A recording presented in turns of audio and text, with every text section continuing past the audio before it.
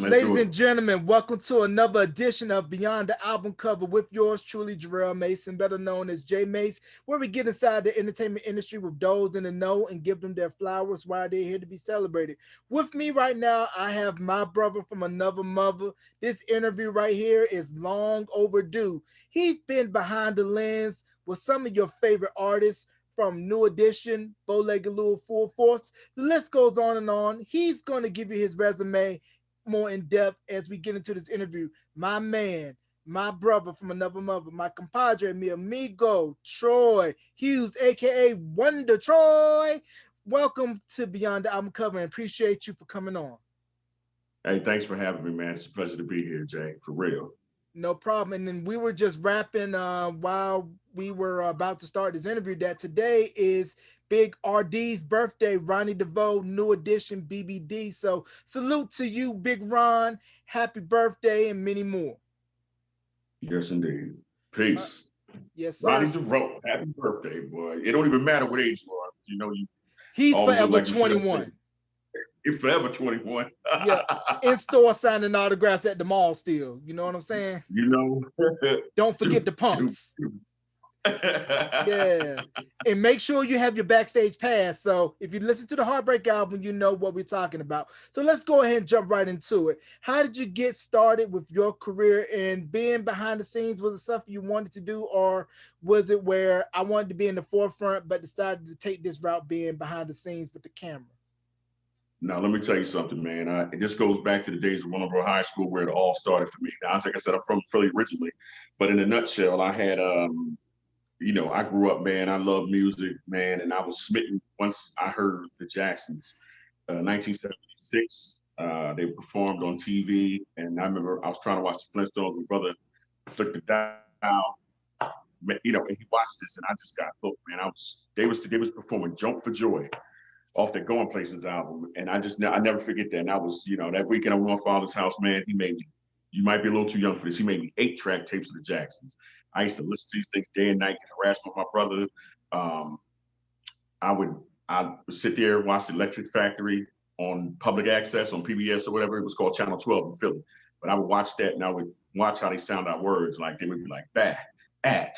So I would look at the album and be like Jack, at, sons, and I would, and I basically taught myself how to read. But really what I did was I taught myself how to read album covers, specifically the sound of Philadelphia, you know. The Jacksons, Going Places album, the Jackson album, Destiny. And then, then I start going backwards. I was born in 73. This is 1976. I'm 3 years old. And then I'm like, how, wait. And then I'm listening to ABC in 76, like that. But fast forward things, as time progresses, the Jacksons turned into New Edition. I remember the first time I heard Candy Girl, I was smitten. I was like, man, I remember I was sitting in the back of my dad's gold LeBaron. You might be a little too young, 1983 LeBaron. And I mean, that came on. My father was like, oh, these 5 young guys from Boston. I'm like, wow. So I took my allowance and I gave it back to my dad. And I said, you go to the record store, you buy me this 12-inch. And, from that, we later on, we moved to New Jersey. New Jersey, Willowbrook High School, we had an audiovisual club. We had an actual television station in the school. I just lived to go to TV class, So we would, I would be in this thing and they would say what they want us to do. And every free moment we got, me and my fellow classmates, we would make videos, we would do whatever. I had a knack for lighting. I had a knack for the camera work and learning how to do stuff. So whatever I knew that I was going to do had to be some form of creativity, but some form of videos. And, I used to, sit there and around the time Troop Attitude album came out, like I was a Troop fan from the start. And little did I know that they recorded Mamacita, and I just like that. They recorded that in Philadelphia.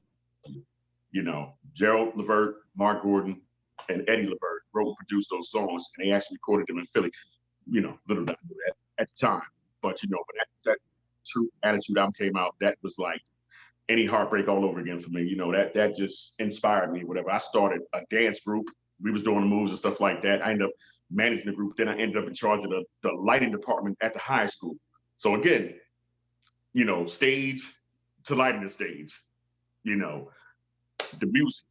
And I'm seeing things. I'm like, wow, you can make this the lights and stuff, I could do the whole stage just watch the concert.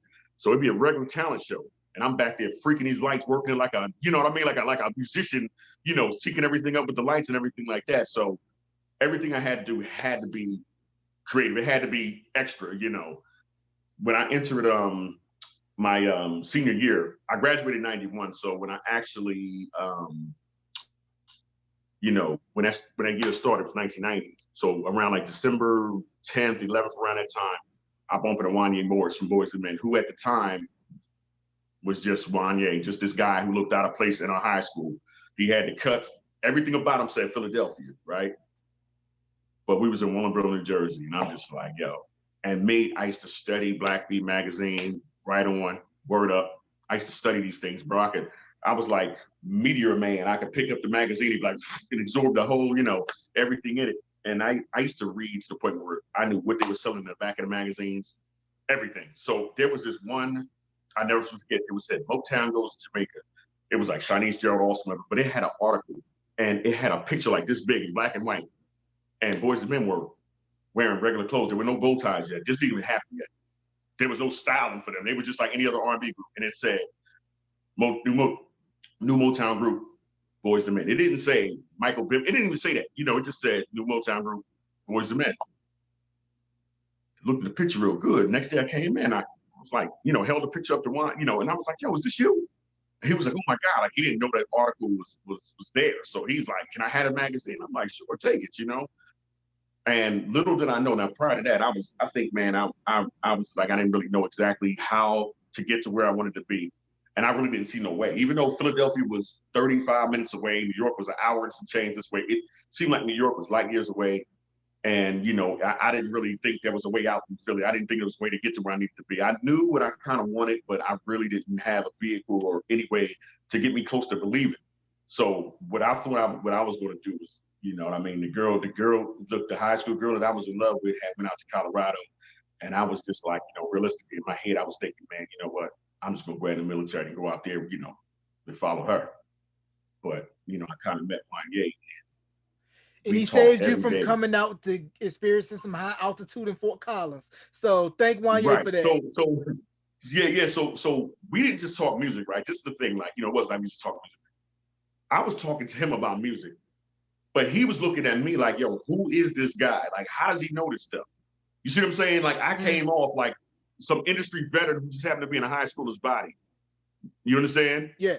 So that just impressed him. And then I would come in every day, like, I was going through changes. I was part mental and I was part X-Clan. So, I would come in every day with the kente cloth sash on, looking like I just rolled out coming to America, and stuff like that. But if you look on Boyz II Men, that Motown Philly 12-inch, they got the shearling long things. They got the Timbs on, the shearling, long shearling trench coats.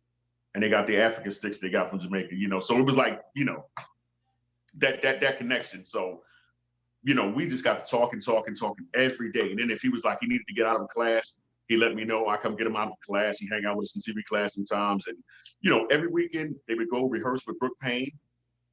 They would record with Dallas Austin. And, we would hear stuff here and there, but this stuff was unmixed. It sounds just like what you heard on the album. Like, they were that good. And, I used to always say things like, man, y'all gonna be Hughes, man. Y'all gonna sell 10 million. I used to say stuff like that all the time. They did, And then I remember Motown Philly video shoot. That's what sealed the deal for me. I, in a nutshell, I always tell Michael Bivins, like, yo, the reason why I'm here, of course, Wanye, but if it wasn't for Michael Bivins, there would have been no Boyz II Men. Then there would have been no, if I would have came a whole nother way. And I don't even know how that would have been, because realistically, what Boyz II Men gave me, shout out to Mike, shout out to Sean, Nate, and Wanye, but what they gave me was opportunity. What they gave me was a chance to see beyond what was visible, because, exclusive right here. June 17th, I graduated. June 18th, I turned 18. My paperwork was signed to be in the military as a minor. I had to go ahead and re-enlist. The next day, they was coming for me, June 18th. June 17th, we at Wanye's house with Nate, Sean, and Mike, and a couple of girls celebrating graduation. Midnight hit. They come downstairs and say, happy birthday. And I'm like, oh my God, y'all knew it was my birthday? They was like, happy birthday, Nate. I'm like, what? Oh man, me and they got the same birthday. You know what I mean? I think he's like 2 years older than me, but me and they got the same birthday. But again, from that video shoot to just the graduation and in that whole experience, I took a leap of faith and not decided not to go. Shout out to my friend Jimmy Coulter, who gave me a place to hide the next week until everything blew over with the military. And Jimmy Coulter just happens to be a world-renowned dancer. He's a movie choreographer. Just Step Up 1, 2, a whole bunch of movies. Guys, New York, internationally known from the UK to Japan, and my classmate, one of my great friends. Shout out to Jimmy Coulter. Yeah, and if you don't know, Uncle Sam will come knock and find you because they'll tell you as soon as you turn 18, you better sign that selective service. It is the law. And the funny thing that you mentioned about Boyz II Well, this, Men, this was not selective service. This was literally, they had me, but the contract wasn't valid until I turned 18. Just a note to everybody, contracts are not, you cannot be held liable for a contract if you're a minor. And I was a minor when I signed but you and did will all that be stuff. once you turn 18, though. Oh, bro, that day, if I turned 18, they came and got me, I'd have been done. So I had to hide out. You'll have been on the first plane train smoking the boot camp. You know it. You Yep. know it. And it would have been, shout out to, she know who she is. Yeah. Jane I'm Doe, sorry. name withheld. Yeah, I'll make it up Protect one the day. innocent. Yeah, I'll make so it up one day. yeah, so the funny thing about Boyz II Men, and you mentioned the Motown Philly video shoot, that I didn't know this until looking back at the video years later, that Questlove was the drummer in the video, and that they all went to the Creative School of Performing Arts together, along with Amara LaRue and a whole bunch of who's who of soon to be Yes, Philly yes, yes, superstars. yes. Shout out to the High School of the Performing Arts in Philadelphia. They listen.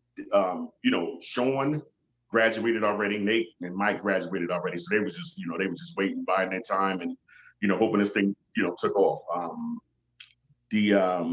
We shot inside. We shot at the studio called Metropolis Studios. We did the indoor sets there. We shot Penn's Landing in Philly in front of the old racist establishment called Gino Steaks. Later on, we found this out. But we did the first scene we rolled up on was South Street. They say never miss a beat while cooling on South Street. South Street's like this famous strip, and I just remember, man, we go down there, we see that dude pull up and get out his car and they hop in the Benz, and I'm just like, man, and I just start taking pictures. It was everything I dreamed it would be. And then, I told the story, about how I conned the driver of the Winnebago to give us a ride to the next location. We get in the thing. This is Bellevue DeVoe's thing, because I saw their name on it. I was like, oh boy. And I said, hey, listen, and the guy's like, well, you got to ask the guy over there. So I went over to the guy, asked him something. I said, hey, in about 2 minutes, can you just, give me the thumbs up? Cause I'm gonna go talk to my man over here. I just, told him something like that, because my friends just always, whenever we got into a bind, they would always like, Troy, work your magic. And I would have to go up and perform a Jedi mind trick. So what I did was, I went over to the driver and I said, yo, the guy looks over and he, they boys run over, we jump in the thing, we back there eating the Cheetos and the potato chips and everything, and we laugh and joke and taking pictures like kids, and then we get over to the location, we pull up, we look over, van pulls up, Ronnie gets out, Ricky gets out, Michael Rivers gets out. I'm like, I'm in heaven, Another Bad Creation gets out. Matter of fact, fun true story, and tell you how life works in 360. Chris Sellers from Another Bad Creation, he had to be all of like 11, 12 years old, little guy, cool guy. I met every one of them. Shout out to Another Bad Creation. But we're still friends to this day. He come up to New York. He come up to, I go get him. I go to Atlanta. He called me up, meet me at such and such. We go hang out, man. Every time. And this is just, like I said, it's a trip. This crazy 29 going on 30-year career, and I always just get overjoyed, man, whenever I run into somebody I started out with in the beginning or started out with, man, and we still alive, Right. And it's all love, just like it was way back when. And I still archive everything, and I still control these memories. I still have all these memories, like and on social media also too, it's not like I'm just somebody ramming a bunch of pictures together, sticking them with the music. No, I'm doing frame by frame, but 99.9% of anything you see with my name on it on social media is my image. It is legit. And the funny thing you mentioned about Biv 10 and the East Coast family, little fun fact for those of you that do not know, Yvette Nicole Brown, yes, Yvette Nicole Brown Yes, from Community, yes, she was the signed to Biv actress. 10 and Yes, she she was was. Yes, she was. with a singer by the name of Big Ant. And it's crazy to Yes, see Big how she has transitioned into acting and then into it an came actor. back full circle for her when she played Michael Bivins' mom in the New Edition story. Shout out, shout out. That's amazing. That is amazing. And then look, I'm gonna say rest in peace, peaceful transition. Spinbad, Spinbad. He was a DJ for BBD. He from the area. He passed away recently, um, and he lost his mother 2 months prior. Hmm. So rest in peace. But let me tell you something about the whole Bivton thing. Check this out. When I was in Cleveland, I was out in Cleveland in I want to say August or September, July. MC Brains, my fellow Gemini, the first Uchi platinum rapper. Coochie. Yeah, the first platinum rapper out of Cleveland before Bone Thugs and Harmony. You know, MC Brains. Me and him are still cool to this day. And I met him on the when he came out. I met him with Boys to Men in Philly. Then I was on a little Whistle Jig run with him with Sounds of Blackness and Mint Condition. And let me tell you something. Todd Russo, who later, managed Faith 702, a whole bunch of other acts. But shout out to Todd Russo. Todd Russo was with Biv 10 as well. Todd Uh-huh. Russo used to manage MC Brains. He's the yeah, and so it's like a this big thing of it's 360 thing. Every time I'm in LA, I always see Todd. It's like a nonstop perpetual family affair. So I tell anybody out there, man, in this business, you never know who's going to be who, and you never know when you're going to run into who. But Right. it's best to be humble, maintain some form of humility, check your ego. And like I said, my biggest thing was this: I have no problem standing next to the man and shining a light on the man and Mm. helping the man shine brighter because a lot of times people get caught up standing next to the man and think they the man. Not me. Play your position. You got to play your position, man. Everybody Gotta play your can't be the position. lead singer. Everybody can't work the cash register. You got to have some people to work on the fries, do the Yeah, lettuce, you do the know it. buns, do the burger. Know your Yep. role. Know your role. And then everything works like a fine, well-oiled machine. I can't be sitting there with the camera and the lights and then saying, hey, when you get on stage at this point, you might want to do this. Yeah, okay. You know what I mean? I stay right in my lane. Right. And I just had a chance to interview not too long ago Kenny Whitehead from the Whitehead Brothers. He was telling me And that listen. Shout out to Kenny and Johnny, man, wherever you guys at. I love you. The industry did them dirty. Motown Records did them dirty, and you guys had one of the greatest debut. Well, technically that wasn't a debut, but that album y'all had Serious on Motown. That's one of my favorites. I still got that CD. I can't find it. The only thing I can get is I think Forget I Was a G on certain platforms, but that album was beautiful album, man. One something love. Shout serious. out to Sister Dawn Whitehead, man, and the surviving members of the family, man, and rest in peace to Philly's own John Whitehead Sr. You Mm. know, Yeah, but it's crazy to see how all of that talent came out of Philly, but we know that it kind of got the ball rolling with Philly International with Gamble and Huff, and then prior to that, yes indeed, Cameo Parkway. yes indeed. Yeah, and look, and it's funny too because I see Kenny Gamble out a lot. Well, I remember one time I was at Mike Tyson's Broadway play, and I looked out in the crowd and I saw brother Luke, Luke Mine, Kenny Gamble, and I was just like, you know, wow. And I told him the story about me learning to read on the back of those records. I even bumped into Dexter Wansell, who was a resident producer at Philly International. And I was telling him how at 3 years old I could read his name and knew what he arranged on the Jackson's records and stuff like that. He just looked at me like, wow. But I was so honored to meet him because, there's just the sound of Philadelphia, what came out of there, man. I mean, history. I don't think they get enough credit. They were the Jam and Lewis of their era, the LA and Babyface of their era, with a distinctive sound, no samples. And their music is still getting sample played today, man. Much respect to those legends, man. Yep. And Forever Gamble and humbled in Huff, their they're presence. still eating off of TSOP. And Don Cornelius stated in a retrospective piece about Soul Train that because he was so protective of the Soul Train name, he didn't lend it to the record. And that's why it was named TSOP. And he later said that was the biggest mistake ever. It should have been named Soul Train because it played every Saturday and you Yes, had to be indeed. done cleaning before you could sit down and watch that big train come through on your screen. And it Yeah, gave man. everybody who didn't grow up in urban areas a sense of, okay, this is what we like to dance to. This is what we like to listen to. And Don Cornelius, I know people that danced on the show. He was a tough customer. He did not play around. No, Don was no joke. And I mean, as you would see, like, and even the show, like, he touched on it, but shout out to Bow-Legged Lou and Karen White, because they maintained a very, very healthy relationship with Don Cornelius throughout the years, where a lot of artists that Don Cornelius put in a lot of key positions, they just did what they did and moved on. But Bow-Legged Lou maintained a closeness with him throughout the years, Karen White as well, Mhm.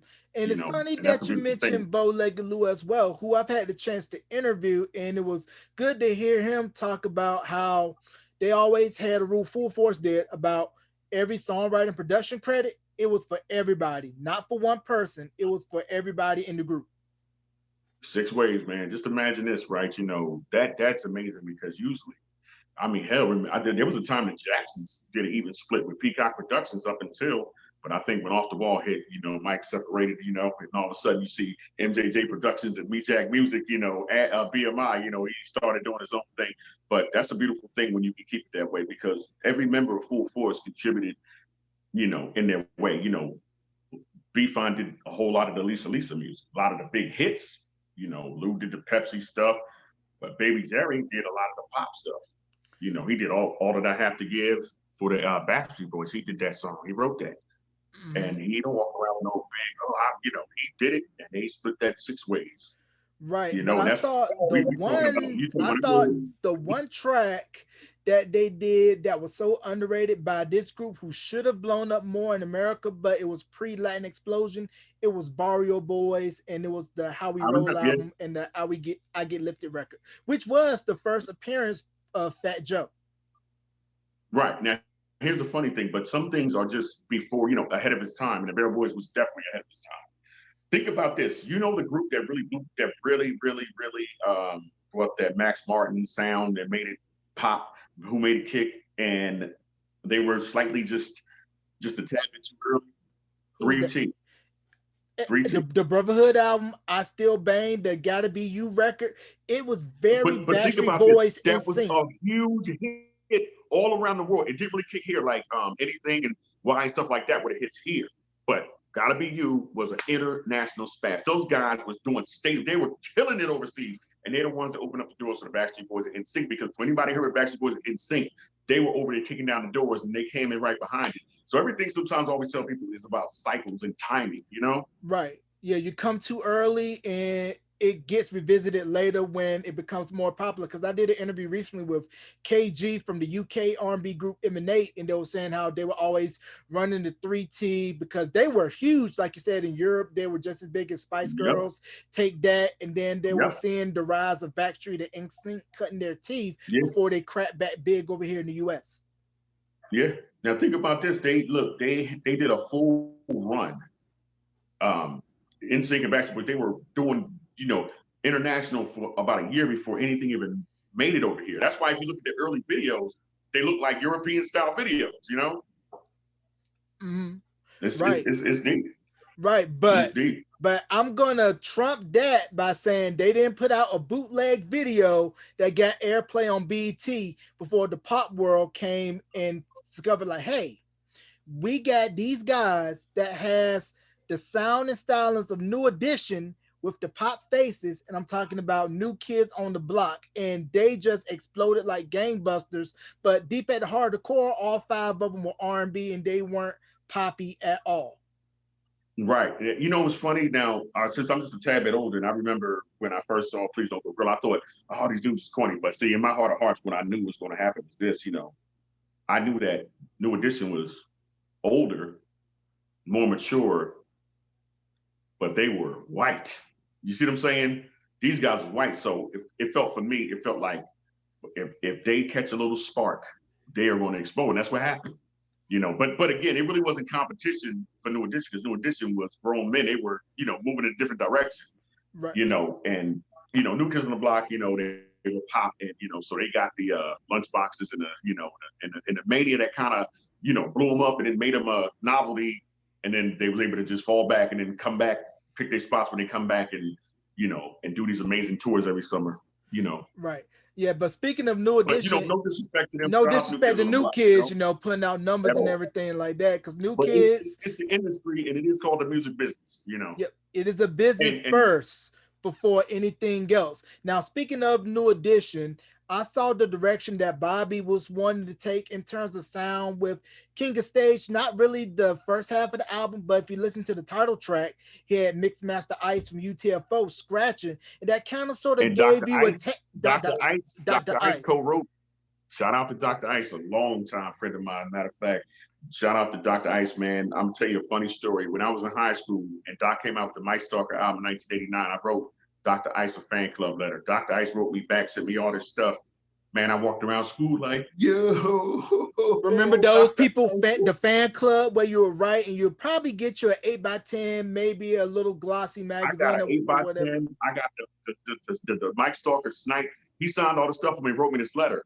I used to have it in this big, frame, big postboard frame or whatever.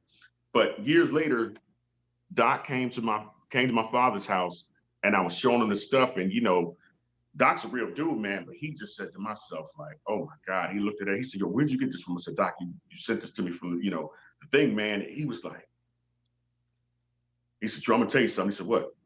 He said, "I got that letter you wrote me at home in a frame." Ain't that crazy? That is so crazy, man. And That is speaking, crazy. And look, I wrote. And wait, real quick, shout out to True. I wrote John a fan club letter. John wrote me back. The Hammer tour, they came to the Spectrum. I got that. And I had decent seats, right? Decent seats. I walked up to the security lady, showed her that letter that John wrote me. She let me in the second row. Dude, man, come on. You know what I mean? And then look, crazy.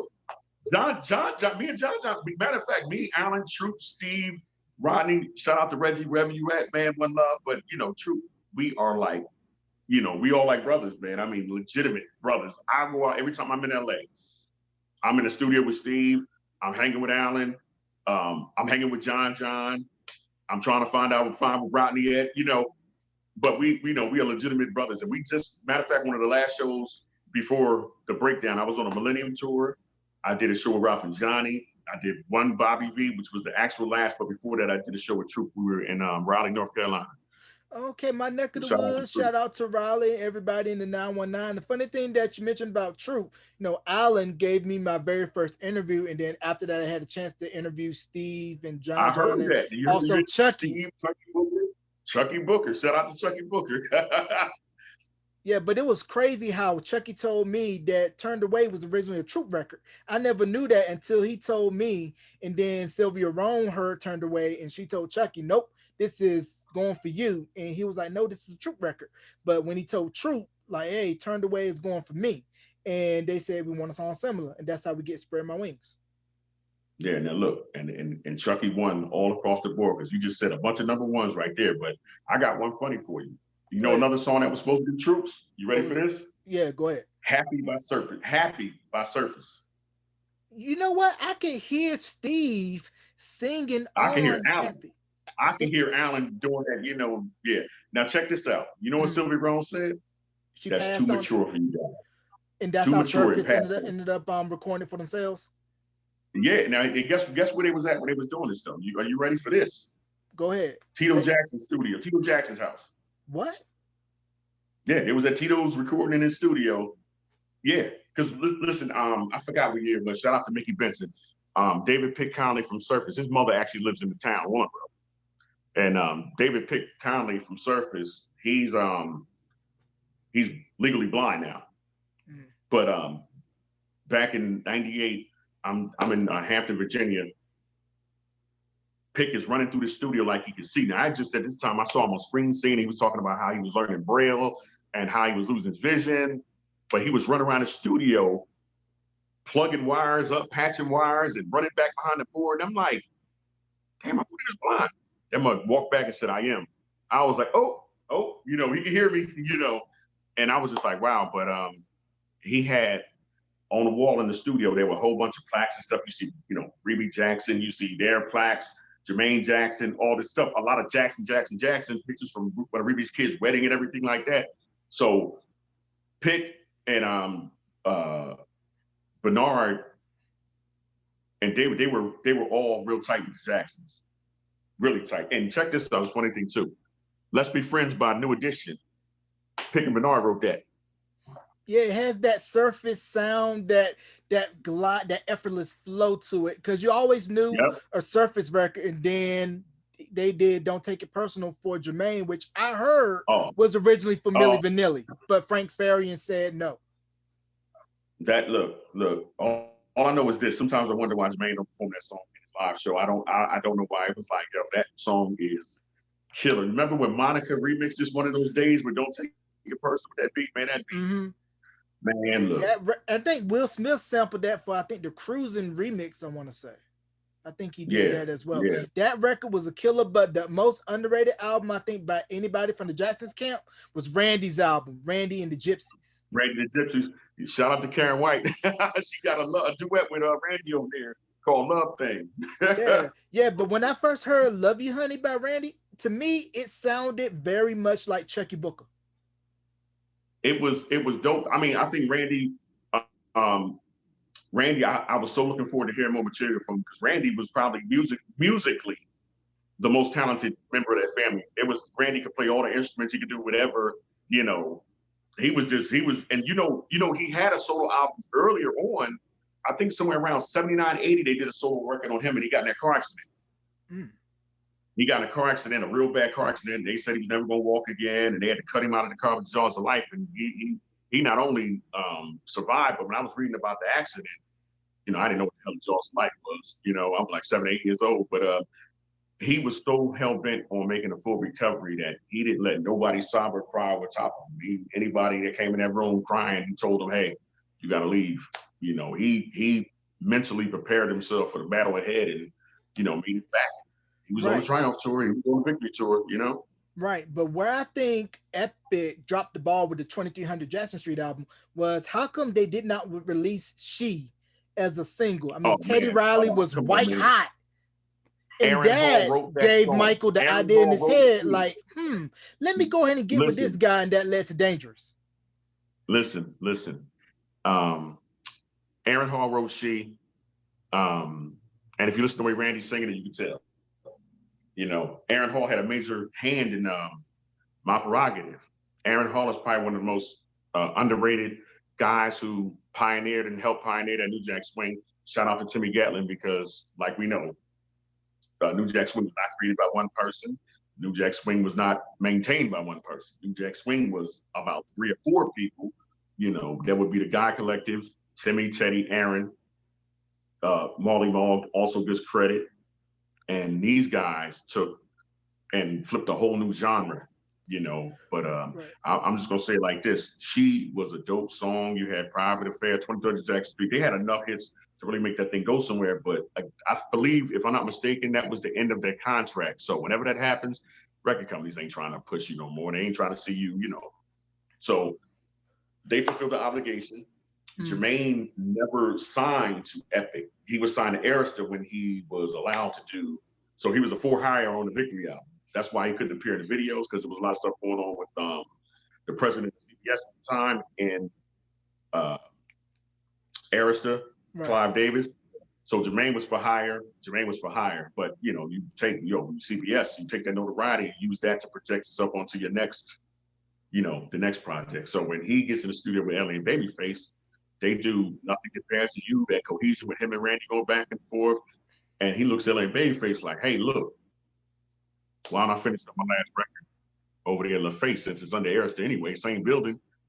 And I think the most underrated album, as you said, Jermaine Jackson, 1991, which they did the craziest thing ever was drop that thing Close to Dangerous because he got blown out the water on that one. But if you listen to that album from start to finish, there's almost no skips. That was some of Ellie and Babyface's finest works, Hmm. you know. Now, And look, shout out to that whole LaFace family because I was telling somebody a story the other day about how 1991, my second professional gig, that was the day I met Gerald Levert, Full Force. I met 5 out of 6 members of Full Force that night. I met Damian Dame. I was working freelance and working for MTV that night, but I met Damian Dame The first act signed to LaFace Records. Rest in peace. They both died a couple years later, 1 year apart from each other on the same day. Crazy. But I also met this girl the other day. Pretty girl, looked like somebody I went to school with. I asked her what her name was. She said, my name is Roseanne. It had like a southern twang to her thing. And I was like, oh, this girl is fine. Later on, I see her dressed like a clown. I'm like, what the hell? You know, and I'm scared of clowns. I was like, oh my God. And I'm just like, damn, that was that little girl that was dance. I mean, that said she was a dancer and she's danced like she danced for Damien Dame. 8 months later, Chili. I'm at a, 8 months later, I'm at a, it's Phyllis Parker. She was with LaFace Records. She was a regional rep. And we're at this Whisperjig promotion for this new group called TLC.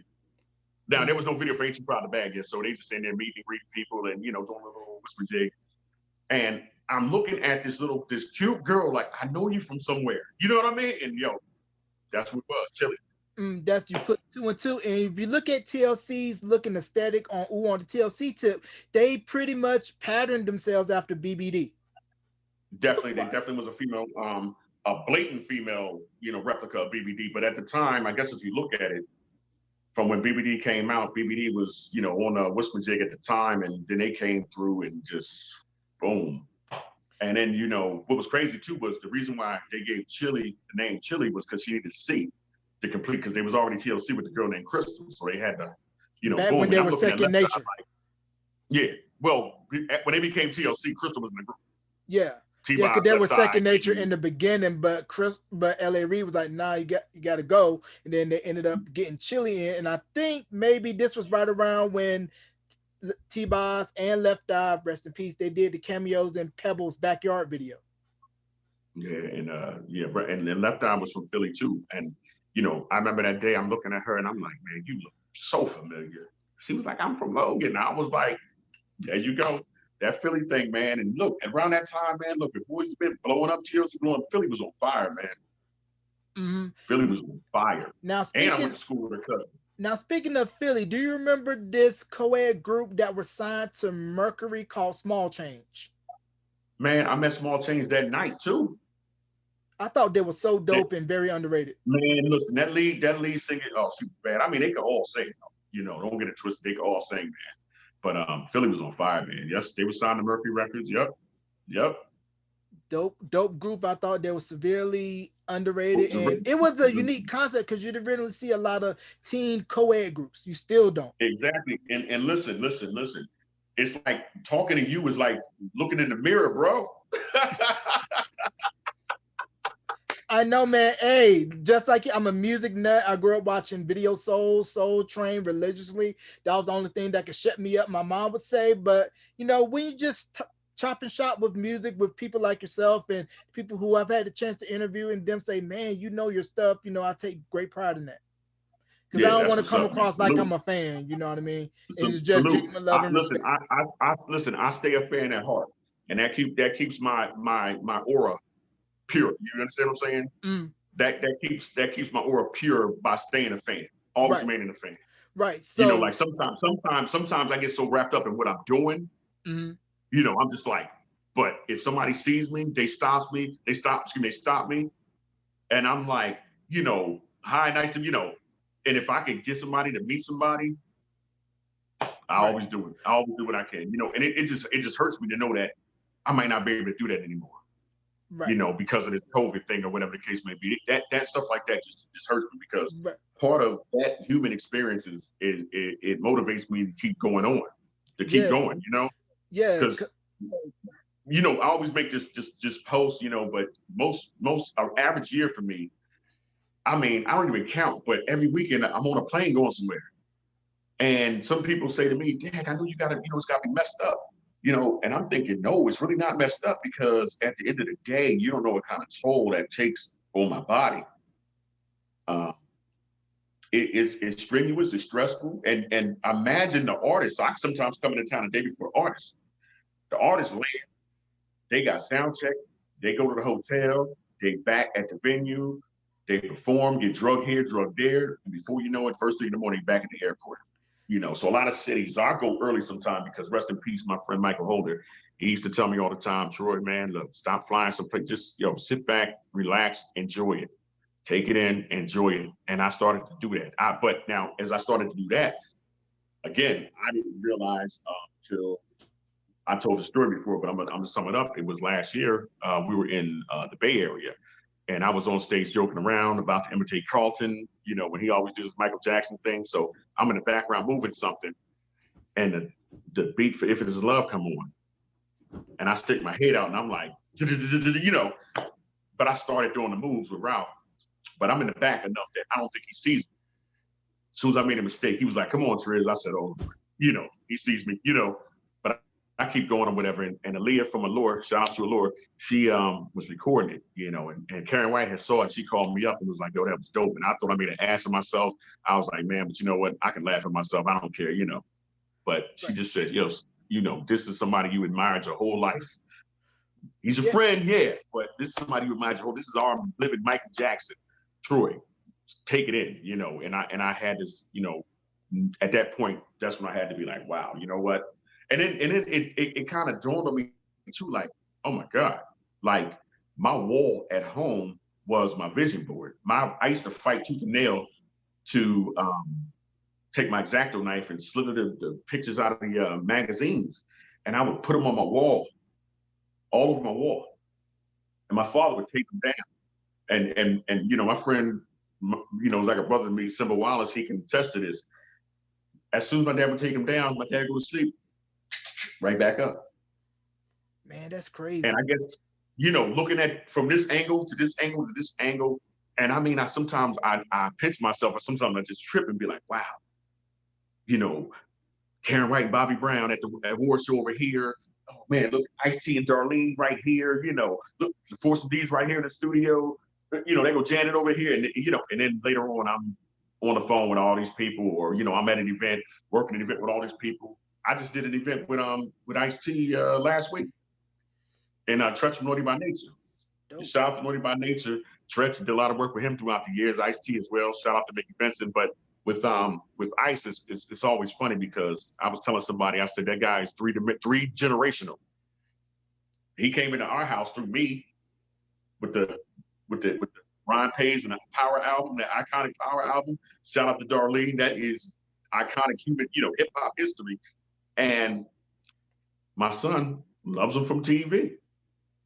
And it wasn't even Law and Order. It was like Ice Loves Coco or something like that. Then my father liked him from Law and Order. You see what I'm saying? So it's like he's like three generations right there. Right. And the same thing goes for Will and Queen Latifah, LL, how everybody knows them for one thing or another. Now, I'm going to give you my story on New Edition. I had a chance to have a brief interaction with Johnny Gill. He came to my neck of the woods to do like a after Thanksgiving concert, right? So I was working at the local radio station at the time, and I had in my record collection the Chemistry album and his self-titled debut album on Cotillion, still in the plastic. Record ain't been played, and now someone's like, Johnny, and I showed him the record. He got a kick out of it. He was gracious enough to sign them, take a picture, and I'm trying to keep my cool this whole time. And I said, man, big fan of your work and New Edition. You guys deserve everything you get and everything. And he was very gracious and very humble about it. Now, what was your take on the Heartbreak album and the addition of Johnny coming in and how it meshed that whole direction of them wanting to go from boys to men, literally and figuratively? All right, let me just say this. That album represents so much. I always use that as the landmark for groups when they hit that point, because here was a time when, little did we know, the fans didn't know that was almost the end of New Edition as we know it, or just in general, because prior to any Heartbreak, Rock was out, he was going. As you watch the movie, you see what happened, but we didn't know Rock was going. They go to Jam and Lewis was like the Jacksons come to Philly. You see what I'm saying? It was. I looked at the parallels and I was like, oh, this is amazing. I looked at the love that they got from the fans. I look at the love that any Heartbreak tour was. I always tell people this: Triumph tour, the Awful Love tour, and any Heartbreak tour. After seeing those things right there, it was like, I've been to Mecca, I've been to Jerusalem. You understand what I'm saying? Musically, you can't tell me nothing after that. So let me just say that any Heartbreak album, I'm gonna tell you, I bought that record I had my little, little allowance, whatever. I bought that record. Then I bought the tape, and then the CD came out. CDs was relatively new. Bad was the actual first compact disc that I actually purchased, but Any Heartbreak was the one that I bought the album vinyl. I bought the cassette. I had if it is on 12, all the 12 inches, whatever. But let me just say this from start. I mean, Any Heartbreak, it holds a very, very, very special place in my heart, musically, sonically. Jam and Lewis, they did their thing and gave them a new identity. But I just remember my reaction when I heard Johnny on "That's the Way We Live It." It starts off, "In our world, all things must change." And you hear, "Just as new edition has been rearranged." You're like, "Whoa, who was that?" You know what I mean? Like, oh man, And it was like when he started singing, I said, "What the?" I'm like, "Oh my god!" Like, yo, dude, it was one of them, like, Right. "Can You Stand the Rain?" I'm like, "Oh my god!" Then he comes to the end of Coming Home, and him and Ralph going back and forth. I'm just like, yo, this is magical here. And then come to find out, he didn't even like the song "Boys to Men," and I'm like, if that wasn't the greatest closeout ever, I'm like, yo. And Any Heartbreak was a concept album, and it stuck true to the concept. I always use this thing, and I'm not gonna go off topic, but and the song competition, and when it says competition is the world summarized in one word, and you know what I mean? It means competing with friends. Will it ever end? I'm losing all my patience. I need a way out. Now I'm just gonna explain something. I came from one of the greatest eras. Everybody, my elders like to say, "Oh, it was this, it was that." But I think I came from the greatest era because we had two of the biggest icons who inspired generations, who inspire children who ain't been born yet. Rest in peace, Prince. Rest in peace, Michael Jackson. I look at it like, for what Michael Jackson did for all the music for the world, and the whole time him and Prince was here, all you could do was compare them to. Instead of looking at the gift that God bestowed upon these two, and they had the ability to give it to the world, and for their story to just be written off, "Oh, he was on drugs, and he was on drugs." Boo, I'm not, I don't want to curse, but let me just say this, man. I mean, I hate when I see this person versus this person, because look, man, tomorrow ain't guaranteed nobody, man. Enjoy the gifts. You don't have to compare people. You don't have to put somebody down to pick somebody up. If you like something, you like something. We just got to learn in this world to accept and respect people's opinions. Period. Point blank. Right. Why should anybody be compared? In music, you can't do it because it's a business. You would have to look at this person's promotional marketing campaign. You have to look at what was recorded retail like at that time to try to compare. Who was the publicist? You see what I'm saying? You got to look at all these things and compare all these scenarios. And like I said, all we know is what we like. And if you don't like it, something's wrong with you. Like I said, we had, hell, think about it. We had Lionel Richie, Michael Jackson, Prince, killing it. You had Whitney Houston, Janet Jackson, Anita Baker, killing it. Why do you need to compare them to? This apples and oranges. Yep. Everybody entitled to who they like. And just to get on my soapbox for a quick second, social media makes it a lot easier to just only get with people that are like-minded like yourself, and you're not able to understand and respect somebody's viewpoints that's different from you. Right, right. And my thing is this.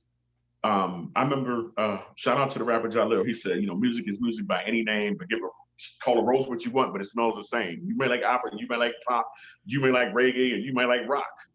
You may like opera, which I think is junk. You may like, jazz, or you might like funk. It is what it is, man. Whatever floats your boat. Right. It's room for everybody. It's Right. room for everybody. Yeah, I I remember. agree. Yeah, and look, to take you back, which I think is funny, and how karma works, and how the universe works, is that girl that I remember I was chasing around in high school that I was so in love with.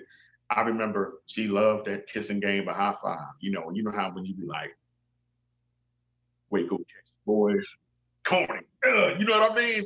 Then I'm like, well, this song is kind of hot.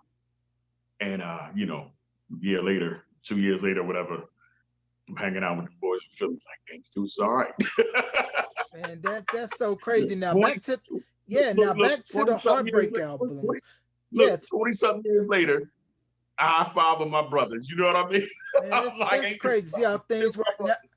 Now back to the Heartbreak album. I thought it was so perfect how Jam and Lewis sequenced that album to where you heard Johnny in bits and pieces on the first half of that album, but that Right. back half they really incorporated Johnny, and I felt that them working with Alexander O'Neal gave them a template on how to work Johnny into a group and how his voice can complement Ralph.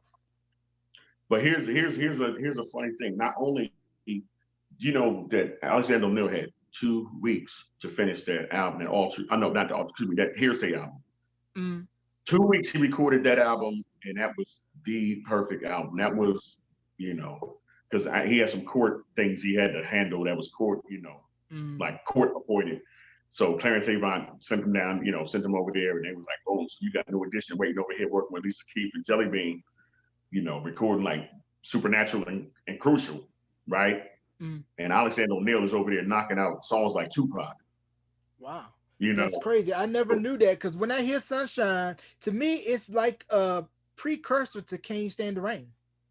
Well, Sunshine, look at it like this. It probably was something where they say, "Hey, come on, man. What he got that too." You know what I'm saying? Because like I even think of believe it or not, I always think of All True Man. I think that sounds like a Ralph song. Mm-hmm.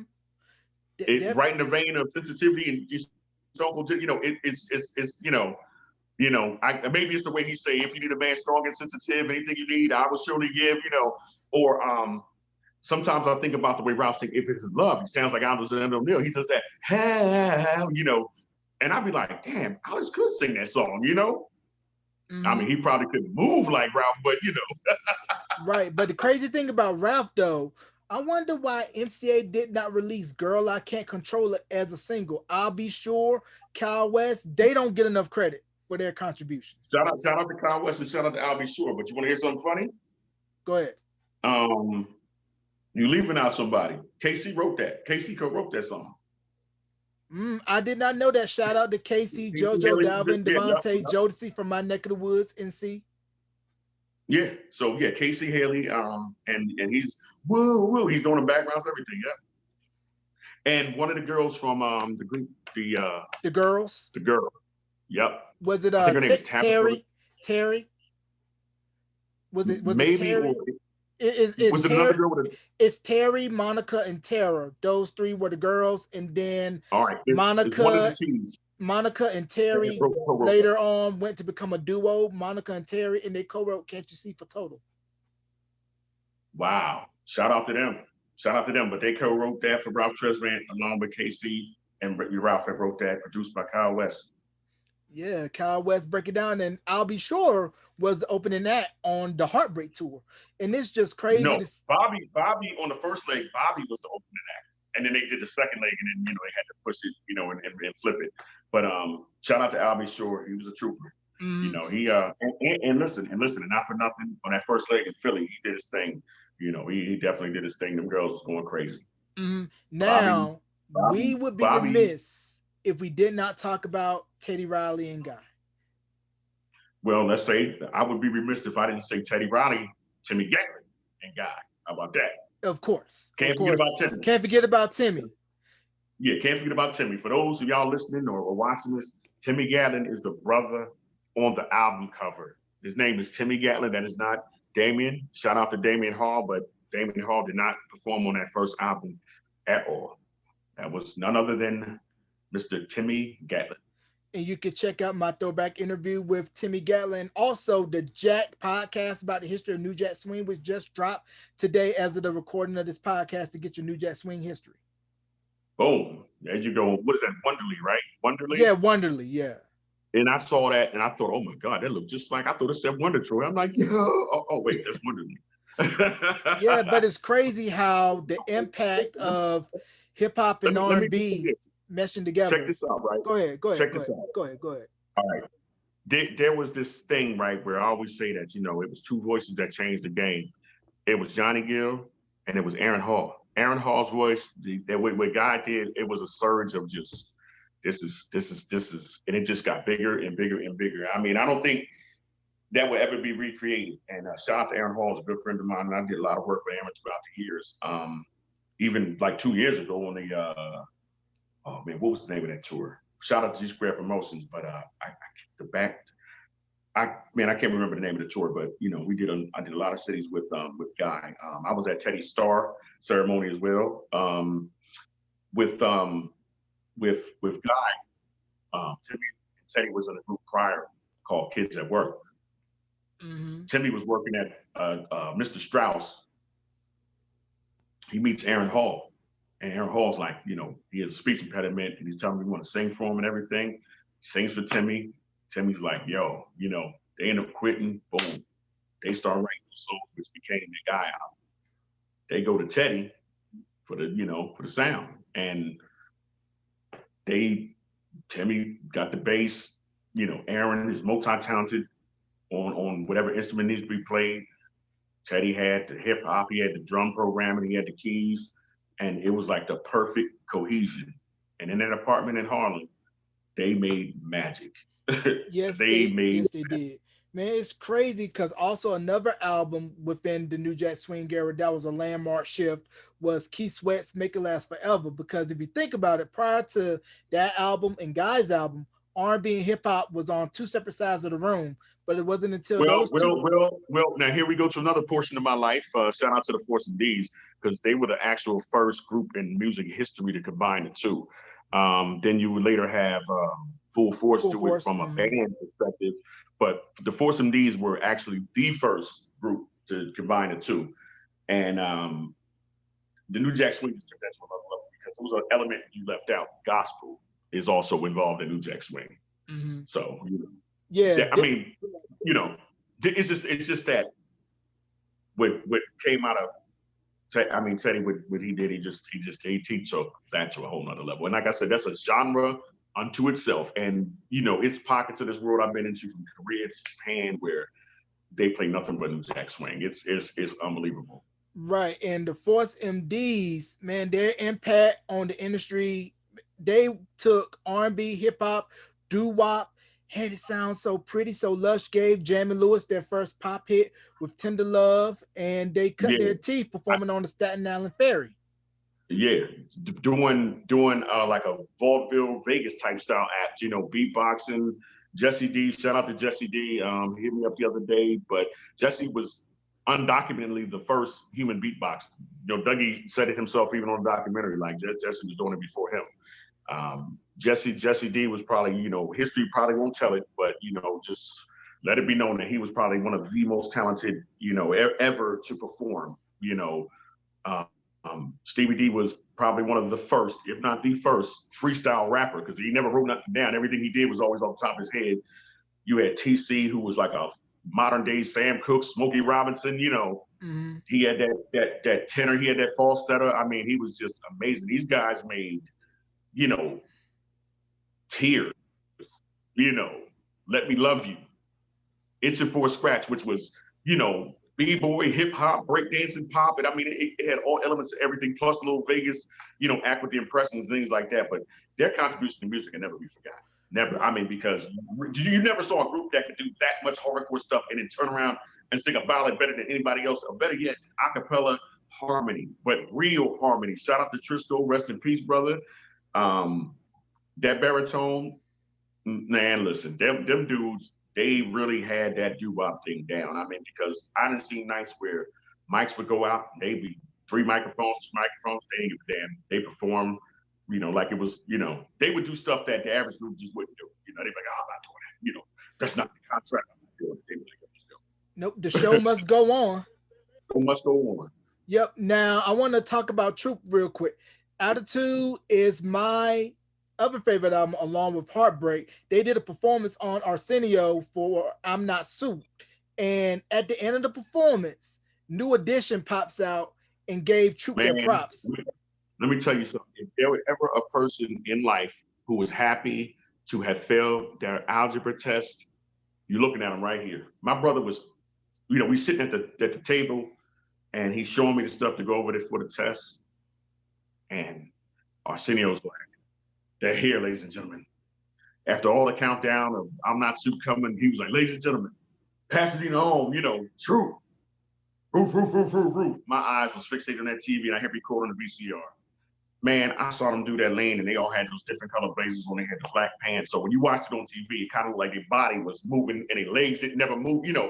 It was like the biggest illusion ever. And I just said, these guys are it. They're professionals. They got the performance of like, people light years behind me. They were just so amazing, right? And the Secret Audition come out there at the end, I was done. And I failed the test the next day. And I was happy. But it was I worth was it happy. though. That was my life. That was my life. But check this out, right? Attitude, just, because the first music video I did in school was All I Do Is Think of You. And shout out to the Jackson 5. Troop definitely made that song their own. But I think that Deeper was bigger for me musically, just because, Steve got a chance to stretch it out. They got a chance to write and produce and everything like that. But I think Atlantic Records definitely dropped the ball with that album. But I'm glad it's on iTunes now, and I got it again. I got a CD that's still wrapped up in the long cardboard. Yep. I Well, had it was long ways. Yeah, the long joint. Yeah, I still got one of that. I got a loose one. But Attitude definitely was probably the most successful one for them. But I like Deeper just on so many levels. I mean, with with Demetrius Shipp, with him and Steve was able to come up with, man, that was right on the cusp of the dangerous New Jack sound. And when Teddy reinvented New Jack Swing with Michael Jackson, he took, when he went with Mike, you listen to Remember the Time, man, that's just, New Jack Swing 2.0, Mm-hmm. I agree. Now, I'm going to give you all a little bit of a fun fact about the Troops Attitude album. It was one of the first production credits for a young producer that we mentioned earlier, Dallas Austin, who later worked on Boyz II Men, Cooley High Harmony album, and did Aisha for ABC. And then Trent Reznor, yes, Trent Reznor from Nine Inch Nails, was engineer on the Attitude album, who just recently got inducted into the Rock and Roll Hall of Fame with Nine Inch Nails. Oh, congrats. Shout out to Trent Reznor. That's what's up. Shout out to Dallas Austin, because Dallas Austin was a kid. He was a kid. He was a kid working with Boyz II Men. Mm-hmm. And who brought him in the game was Joyce Cinderella Irby from Climax. And she also discovered Sammy and Lloyd. Yep. And they was in that group. In Tune. In Tune, yep. Shout out to Joyce Irby, because if you listen to I Will Always Love You, you take Alan and Steve out, and you can hear her voice, literally. And listen, let me tell you how good Joyce Irby is. Joyce Irby is the one that discovered John voice. She's the one that discovered John could sing. If it wasn't for her, he would have never got a chance to open his mouth other than the backgrounds. Wow.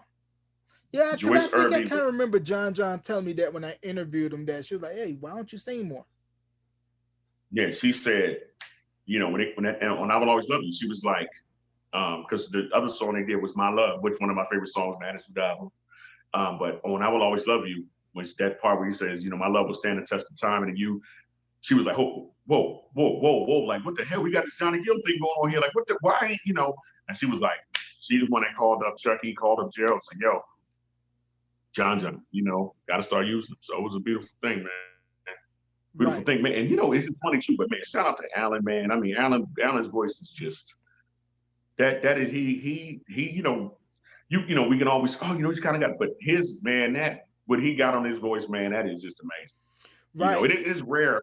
It's rare too that you can, I always say whenever you can, you hear somebody's voice, and no matter where you at and you hear it, you say that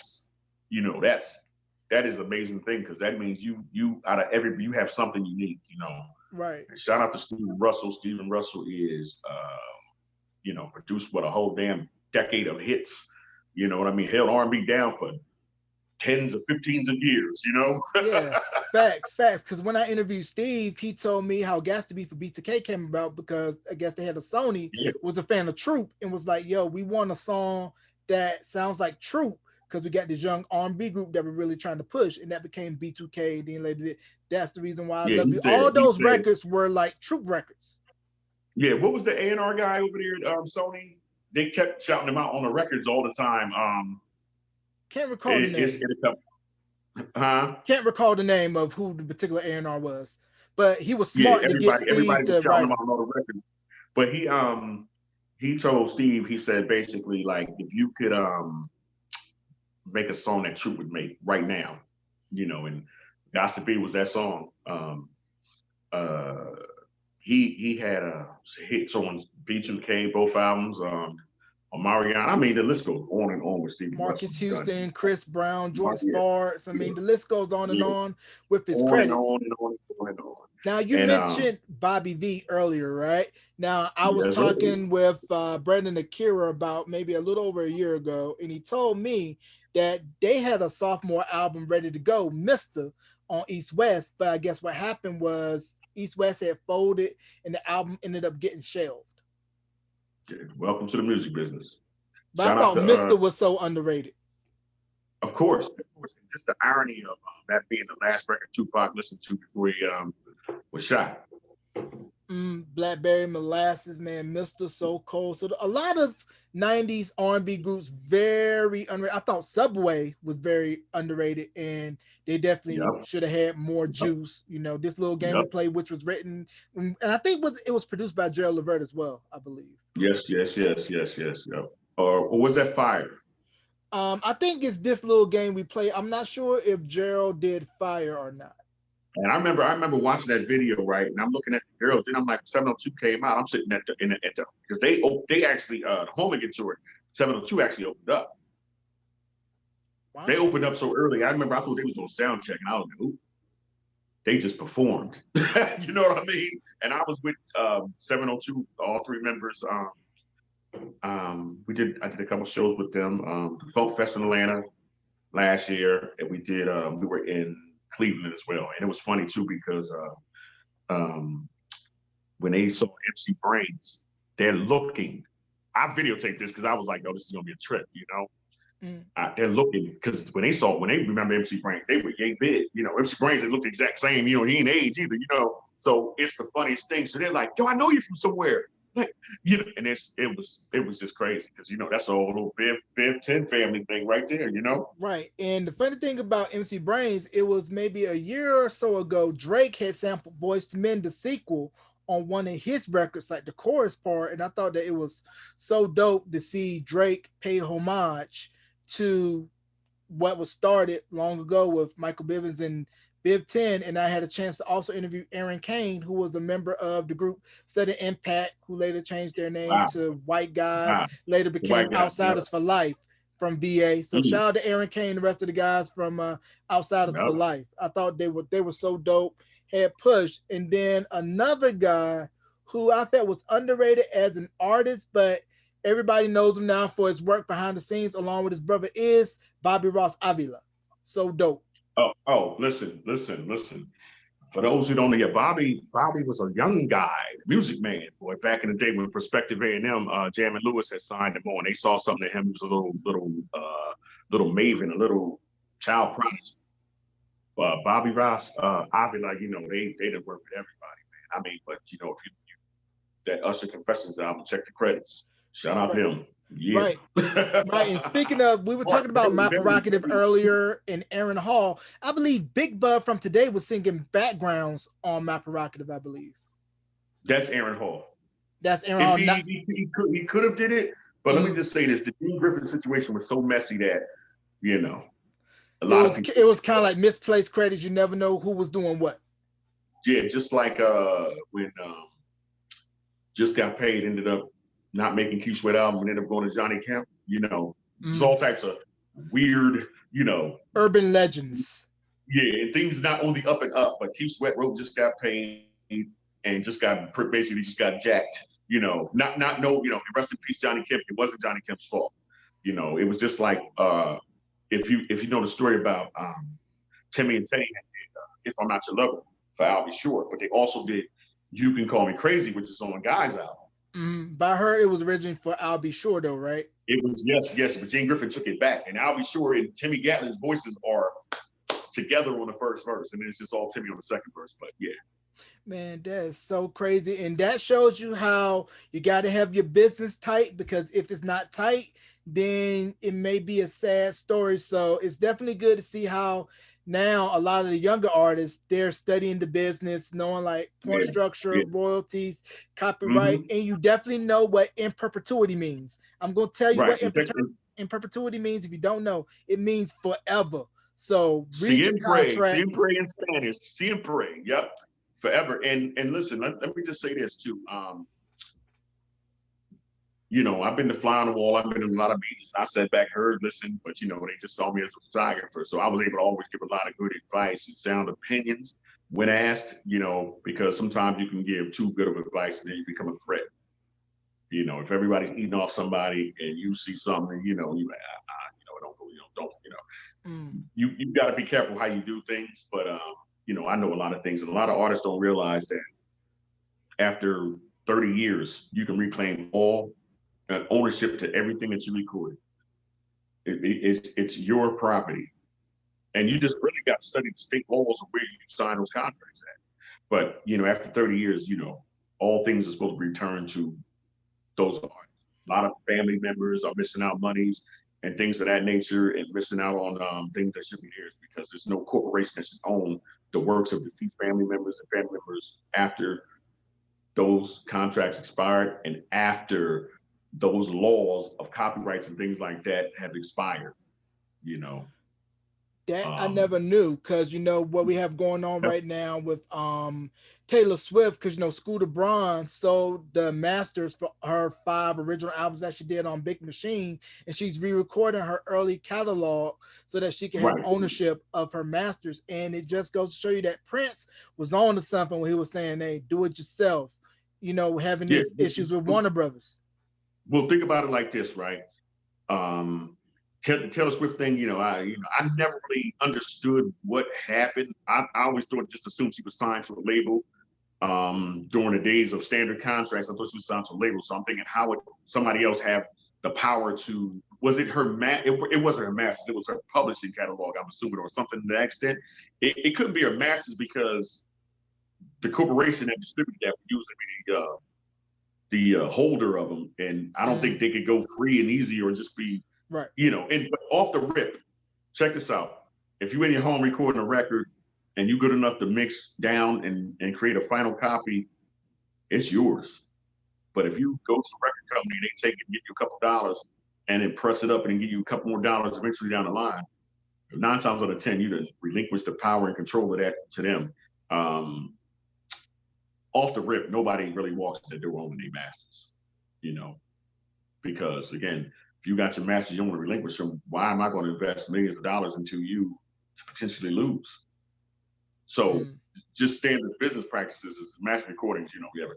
It's the publishing that's the liquid money that you usually try to hold on to, and it's a stake or whatever. But after 30 years, they can't hold on to those masters anymore. You file a paperwork and you go, get them back, right. you I know. never And knew that, and that. yeah. Now listen, another funny thing is too is like with a lot of times when people sign bum publishing deals and or situations where they get ripped out of this, jerked out of this. A lot of times what happens is you'll get sampled, and a lot of those contracts have nothing to do with the sample, meaning that now you're gonna get paid for something, you know, you're gonna get something, you know. But again, what I noticed about this business was this, because I could go into something I probably ain't even, you know, I probably shouldn't even talk about. But let's just say this: one thing that I noticed amongst our people is we will get jerked and watch somebody else get jerked, and we'll never pump the brakes and be like, whoa, whoa, whoa, whoa. Is your paperwork in order? Is your paperwork in order? Did you make sure this, make sure that? Nobody ever does that. Nobody freely volunteers and stuff. Think Right. about this. On the Hammer tour, the it was Boys II Men, Jodeci, TLC. You know the numbers that those guys did. They all did. And Mm, what they all got in common is that somebody got wide, somebody got hip. Devontae Hire Suge got Jodeci straight. mm, TLC got left out to dry. right. Yeah, that's why you gotta like look at your paperwork, man, because Well, when you you're can look at your paperwork. You can look at your paperwork, but check this out.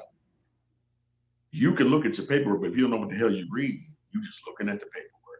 right, right. You You feel got me? to know what's being talked about, because if you don't, you're gonna get robbed blind. Because to relate to Backstreet Boys in Sync, when they signed their deal with Lou Pearlman, it was in the contract where he was 1/6 of both groups, and he was caking off of what they were doing. And I'm like, hold on. That's what Gene Griffin did. That's what Gene Griffin did with Guy. He was assigned himself as a member, manager, and production house. Now, the crazy thing about Guy, we're gonna go back. I'm gonna get right back on Luke Perlman in a second. Um, did you notice that logo is Guy with the Griffin Yeah, logo? I never understood what was that. So what was the connection with that? That was Gene Griffin just insignia on top of Guy, like boom, I'm the owner. Like this is mine. Hold on, is Like this the why same would the insignia manager? for GR Productions? Well, no, listen. A griffin is the lion with the wings. Uh huh. That is actually it's Guy, and then it's got that thing. If you look at the first album, that is on there because and I just thought, how gangster is this? Like, who the hell manager is going to be, on top of the artists? You know what I mean? I'm just like, Right. wow. Right. But that was some real pimp stuff, and again, the way Guy was written, that was all Timmy, man. That was all his vision and everything. And Jane Griffin just came in there and just destroyed. And then look, it got even crazier because you start seeing GR Productions produced by Jane Griffin, and Jane Griffin ain't never produced nothing. Mm. Yeah, because Never how you produced gonna nothing. You take know, credit for something you've never done? You weren't in the studio producing everything like that, and you're gonna entitle yourself to one whatever cut of the monies when that's supposed to be not even yours. hey, bro, that's gangsterism at its finest. Right. Yeah. Gangsterism at its finest. But Right. Luke Pearlman watched the New Kids on the Block and was just infatuated. So that's what he wanted. He wanted to recapture that mystique, and he invested his money because he had the Transcontinental Airlines. He invested his money, and that's what he wanted to create. Unfortunately, that dude was a freak, nasty pedophile, and right where he belonged. Yep. Um, Yep. and And they it were able all to. unraveled. And the sad thing about it was he hit lightning in the bottle twice with both groups, and he couldn't be He satisfied. had Britney Spears too. Yep. Yeah. Brittany was signed to Transcon, and Old Town, C Note, everybody, man. He had a machine. yeah, but like I said, with everything that came out after the fact, it just tainted that whole era for me. Man, yeah. Put an asterisk on it. Yeah, put the asterisk like the home run recommend. But Yeah, as we all know, within the music industry, you got some shady figures that probably had some dirty money floating around or use some shakedown tactics. And it's a right. rarity where you can find somebody in the biz that is clean, Clean. that's gonna Yeah, tell you the truth and be like, hey, don't mess with this guy. He's bad news. He's gonna try to rip you off. yeah. And even if that does happen, 9 times out of 10, them dudes will be like, yeah, you're right. What do I sign? You know. Yeah, but that's where you got to take the blinders off and say, this is a business first. I'm not signing anything without having proper representation and knowing what's in this contract. No, that's true. But unfortunately, creative people really don't like to talk business. They don't. Creative people like to create and be free and do what they do. And sometimes, but again, like I said, it's called the music business, and they got staff that has to be paid. They expect big checks every week or every other week. However, and Mm, it's commerce. All in all, it's commerce, and it's a business, and you got to feed the beast sometimes. right. Yeah, I understand But that. So how but have it's you? but it's definitely not set up for the artist to win. And even when they do win, like you look at Prince, what do? They say, "Oh man, you know what? Come in here, Prince. We love you. This is great. This is beautiful. What you're doing. Let's get you a label deal. Let's get you this. Let's get you that. And you know what? Here, take this bag of money, all these millions of dollars, and boom. And they know right when to pull the plug to slow you up, so you done spent all this money and extended yourself to say, "Oh man, this album didn't do this. What we expected on this, and we advanced your dad, and then reel you right back in." You know, Right. Yeah, because it listen, was. it happens to the best of them, from Mm, Rick James, Prince to Michael. Fortunately, Michael outsmarted Sony, you know, by when he purchased the Beatles catalog, he took half of Sony's catalog for half the Beatles catalog. mm, He took a $25 million investment and turned that thing into a billion plus over. You know, right. Man, and that's crazy where you learn while you're at the seat at the table, and then you use what you've been hearing to your advantage and say, hey, I'm gonna take this, flip it to this, and then all of a sudden words start getting like, hey, you need to do it this way so that you can have blah blah blah blah blah blah blah blah. Now, also, if you can do this really well, you can eat good because if we look at Yeah, like Beyonce, Steve, as we mentioned, you can eat off of a good songwriter catalog if you can write hits consistently. yeah, yeah. I remember this, man. I just remember they loved Michael Jackson, and it was all love. Once he became a master, once he listen, because you know that Beatles catalog, that's just a portion of what was in there. He had Little Richard, Sly and the Family Stone. So think about it. You ever wonder if Janet had to ever clear that sample for Rhythm Nation? Because that I Mm-hmm. like to thank you for letting me be myself. Myself. That they played in Shrek. You know, I mean, it's like, you know, um, he took Little Richard and gave Little Richard his catalog back.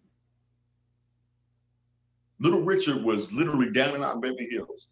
He was trying everything, you know, because this is the game they played. You know, they duped him out of his catalog by when Little Richard wanted to do gospel, and they would not let him out of the contract. And they said, sign over everything, and we'll let you go. He did it, and you know, he couldn't eat. You know, Michael gave him his catalog back, put the crown right back on him. You know, Right. architect of rock and roll gave him his T square and his copper. You know what I mean? Gave him his T square and his equipment to go back, you know, to continue drafting, man. So he could, Mm-hmm. this is what they don't tell you. You know, when they did the King Celebrate, and all those rappers and singers got together and did the Martin Luther King celebration. Prince footed the whole bill for the video and everything. Yeah, I You heard know, that he came up out of pocket for that. yeah, every entertainer from the Motown era that passed away, Michael Jackson covered their funeral expenses, took care of their family. You know, just the stuff he did.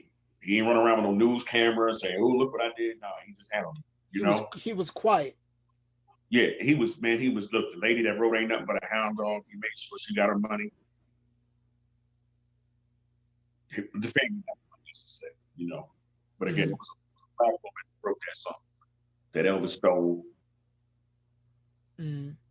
And that's the stand-up thing about, like you said, Michael made sure that folks were taken care of. Like Little Richard got his catalog back because, as we know, back in those days, those contracts were ruthless, especially if you were black trying to get into the music business. That you If you weren't was gonna. trying to get into the ownership, if you was trying to get into the ownership aspect, that's when it really got you because you had Sam Cooke, Oh, you sorry. know, Mm-hmm. you see what I'm saying? And this guy owned his publishing, Mm-hmm.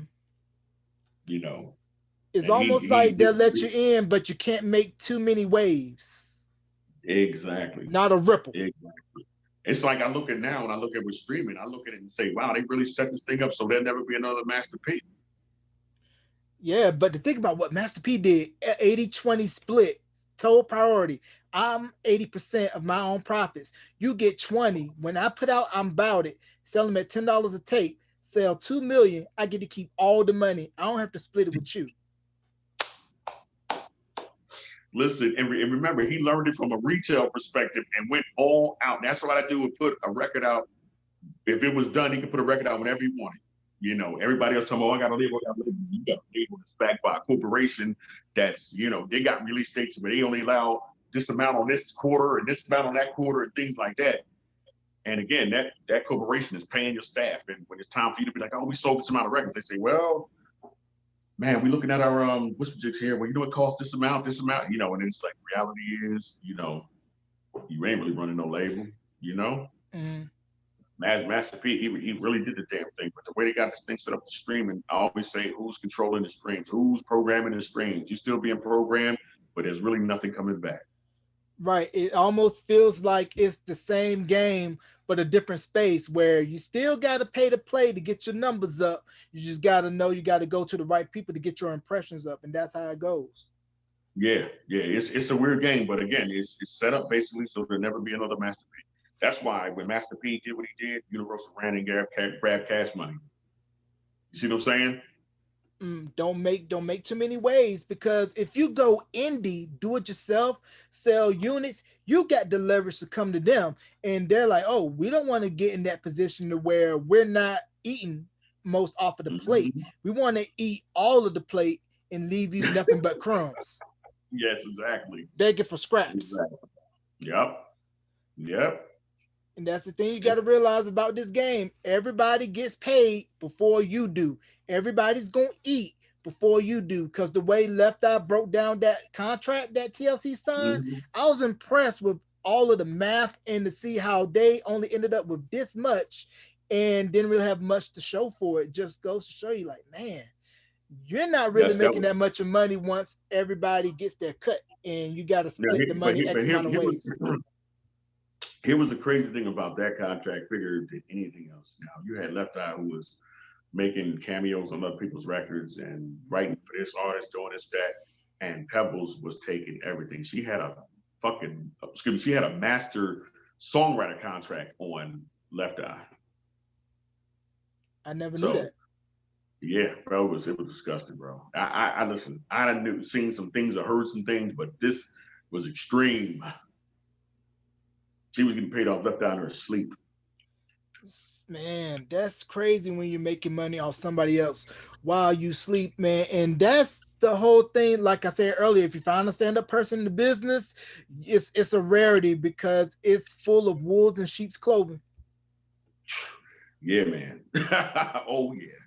Yeah, it was like, man, I remember I reading, and just, looking at the elder statesmen, and I had a chance to meet at a New Edition on one of the tours. We were in Las Vegas, and I met Ernie Singleton, who's like, Vanguard, last of the Mohicans from that era, you Mhm. know, and I remember just sending him an email after everything was over with, sent him a bunch of pictures and everything, and told him how good it was to meet him. And just thinking, I wish I would have met him earlier. I wish I would Mhm. have met him earlier because I think he would have been a great mentor. Because with the industry is missing people like him. You know, rest in Right. peace, like Lil Solis Jr. and everybody. But think about what New Edition would be if it wasn't for Lil Solis Jr. You know, Yeah, they signed that deal to Streetwise, had the $1.87, and then once they well, signed, well, you got to negate that deal because they were children in the projects. They didn't know nothing from nothing. I mean, if anything, whoever was supposed to be the manager at the time, you could blame them for that deal with Streetwise. But they won a contest. They didn't know no better. They were kids in the right, ghetto, and that can happen to anybody. But people get misconstrued because they say they got that $1.87 from that tour or whatever. I call bull on and shame on those people who did that because even if they had to take tutors out with them and chaperones, the whole shebang, if they were in the money because Force D's was right there with them. And I saw them shows, man. I was at a lot of those shows. I know what the crowds were like and everything, and that's just impossible. So they were kids being taken advantage of. But once I guess it was Jump and Shoot Productions, and then they went to MCA. There was really no looking back. They may not have gotten but they were good, right, like don't get it twisted. They were really no hard days like like right, that. People once they hear that, oh, they got ripped, they think it's the whole ride. No, bro. They did any heartbreak tour. I know what them numbers look like. You know, the awful of I mean, the heat, the summer tours and yeah. right. And for me, New Edition, they got their star on the Hollywood Walk of Fame. The only thing that's missing now is Rock and Roll Hall of Fame for New Edition. Yes indeed. Yes indeed. And I know somebody is working on that. Uh, and in due time, it'll happen. It's coming. You know, It's yeah, coming. because New Edition's gonna get everything that they deserve tenfold. yes, yes, indeed, yes, indeed. By all means, I remember, man, that was euphoric, and it was only the love that day. It was raining, and I'm gonna tell you something. I've been to other star ceremonies, but I ain't never seen nothing like what New Edition did. I was sick as a dog, man. I was hanging on by a thread, brother. That was 2017. Man, I might have had the first batch of Corona. Who knows? I just knew I was like, oh, and I'm at the juice bar taking ginger shots and pineapple shots to the neck. You know what I mean? Doping myself up with cold and flu medicine, and I'm out there, man, just hanging on by a thread, man. And I'm like, the love was just crazy, bro. It rained, and them fans was blocking off the streets. They was lined up everywhere in the rain, Yeah, I saw the and them live brothers got their stream, start. music nonstop, Yeah. and the any fans. There's nothing like any Bro, listen. fans. It's a community. It's a family. It is, man, and I have to say, man, they got the greatest fans in the world, man, and I'm just happy to know a lot of them or meet a lot of them. We out, man. That love is real, man. That love is real. Every city, every place we go, and thanks to social media all the time, it's a beautiful thing. And I'm just, man, like I said, them brothers, they were on my wall.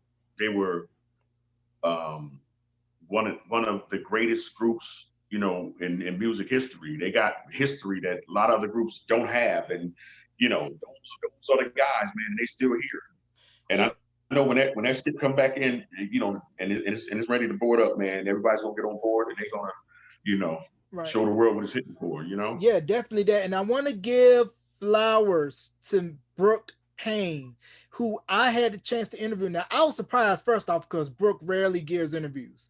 And a lot of the stuff that he was telling me in the interview ended up becoming in the miniseries. And Brooke, he is a genius from choreography, everything about him screams professionalism, first class, and just important overall. So shout outs to Brooke Payne. Shout outs to Brooke Payne. Bistro. The silent one, the seventh member of NE. And what's crazy about New Edition that I think we'll never see again in any group is that where can all members have success individually, come back together, have more success as a group, and still be loved and revered decades later and laid down the blueprint for the modern day boy band. Man, listen. I mean, shout out to Orchard Park, Cathedral, Boston. They produced, the original five that set the world on fire. Shout out to DC and Mr. Johnny Gill, because those guys are just the walking embodiment of professionalism and greatness and musical excellence. Shout out to Jam and Lewis. Um, Shout out to Teddy Riley, Ellie and Babyface, the guys who part of that soundtrack of everything we just mentioned. Movie Star, you know, Vincent Bradley and Rick Times, you know, Michael and David Sambello, you know, Ray Parker Jr., to name a few of the producers that helped create this music that's gotten a lot of us over some hard or depressing times. Music, that's the beautiful thing about music. Man, you could be feeling like crap, and that song come on and take you to a place that you just like, man, what was I mad about? Mm-hmm. You know? Yeah, that's So the beautiful thing, man. yeah, it's a beautiful thing, man, too. And it's like you know, like I said, man, for me, it's like and all in all, working with New Edition, because some of my days would be like, I look on the calendar and be like, okay, you got Johnny, Ralph, Ralph and John, RBR, you know what I mean, Bobby, BBD, and I'm with all of these dudes, city to city, it's a beautiful thing, man. It's Right. a beautiful And thing. I'm going to say it again on this podcast. Once everything is subsided with COVID, New Edition is going to get what they deserve in terms of all the accolades that big sellout stadium tour. They're going to get it tenfold because they are that loved, revered, and respected. Yes, indeed, man. Yes, indeed. And I said this in another interview too, and shout out to um, every promoter um, around the country, just hang in there, man. As they say, this too shall pass. Everybody will be back. Bobby D Presents, Platinum Productions, OP Productions, G Square Productions, the Art of Rap Tour. We'll all be back. It's just a. It's just a thing. We gonna be all right. It's Young just a, Fly it's just an Entertainment. intermission. It's just It's a just an little break in the intermission. action. Yep. Just a little break in the action. Gonna be back better than ever. Now, do you got any shout outs you want to give before we conclude this interview, bro? Yes, indeed. I want to give a shout out to Karen White. She's got a new artist named Akbar the Gate. He's a brother right here. This brother's about 20, 21, 22. We got a single out right now called Young Righteous Black Girl. Um, the song is dope. The message is dope. In the world of WAP, here comes a young brother, speaking positivity and truth to power, which I thoroughly appreciate. And his video was out. You catch him on YouTube, but when you hear this record, you'll be like, wow. And I'm shout out to Karen White because that's R&B royalty, and for her to be like, this is the one, and I definitely got to stand up on it, stand behind it. I want to give a shout out to Ralph Tresvant. I seen his docu series on UMC, and it was real touching. A lot of stuff I knew, but I just don't talk about it. But it was a real moving documentary he did. Ricky and Johnny was on there. But shout out to Ralph, man. Shout out to Troop. Shout out to the Force MDs. Full Force Bowlega Lou. Mama Carmen, Bowlega Lou's mother birthday was yesterday. She just turned 84. Happy belated. Yes, look, happy birthday to my nephew Rennie, my cousin Soul, my cousin Shawanda, Halima, Samira. Happy birthday, man. And listen, everybody out there, at the sound of my ear, whether you see it or hear this, please support R&B music, support real hip hop music, positive rap music that uplifts. Support R&B music. Your favorite artists. It's cool to click the likes. It's cool to stream, but if you purchase the music, it sends a certain algorithm, and they can keep making the music. It's got to make sense, But again, if somehow we had platinum records back in the day, we should still be able to reach those people. And you, the fans, have the power to do it. So please continue to support. This is a different time. And check on your local, not your local, check on your favorite artists. Go on social media. They might have t-shirts they're selling. They might be doing live shows. If they got a Cash App up, support it. It's been shut down for some time, and bills still got to get paid, So please just keep that in mind and continue to support. And Jarrell, I thank you, brother. I truly, truly appreciate this, bro. This was like therapy, man. This was like therapy. This was like, at some point I almost cried. But like I said, man, talking to you was like looking in the mirror and talking to myself, man. Yeah, kindred spirits, bro. I appreciate you taking the time, and also plug your social media. Okay, yeah. So Wonder Troy, IG, Wonder Troy, Troy Hughes on Facebook, and Wonder Troy at Twitter. All right, there you got it. And you can also, I'm sorry. We got I got a book coming out, a poetry book coming out, and I got Wonder T's t-shirt line coming out. Top of the year. All right. All right. So be on the lookout for that. I got to show support, show love, and you can catch this interview on all streaming platforms: Anchor, Spotify, Apple, TuneIn, wherever you get your podcasts, and the video version of this interview on my YouTube channel, youtube.com/J85. Check it out. Ladies and gentlemen, the one, the only, the incredible man behind the click, click, click, freeze frame, Wonder Troy Hughes. Thank you so very much, bro, for coming on to Beyond the Album Cover with me. Thank you. I appreciate it.